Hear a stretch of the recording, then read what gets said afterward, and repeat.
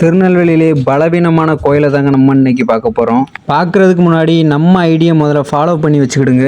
கோயில் எங்கே இருக்குன்னு பார்த்தீங்கன்னா பரப்பாடி பக்கத்தில் சித்தூரில் தாங்க அந்த கோயில் இருக்குது. ஸ்ரீ தென்கரை மகாராஜேஸ்வரர் கோயிலை பற்றி தான் நம்ம இன்னைக்கு பார்க்க போகிறோம் அந்த வீடியோவில். நீங்கள் வள்ளியூர் சைடு வந்தீங்கன்னா அந்த கோயிலை மறக்காமல் ஒரு விசிட் பண்ணுங்கள். இந்த கோயிலோட சிறப்பு என்னென்னா, சாஸ்தா கோயில் தெரியாதவங்க எல்லாருமே இந்த கோயிலில் வந்து வழிபடுவாங்களாம்.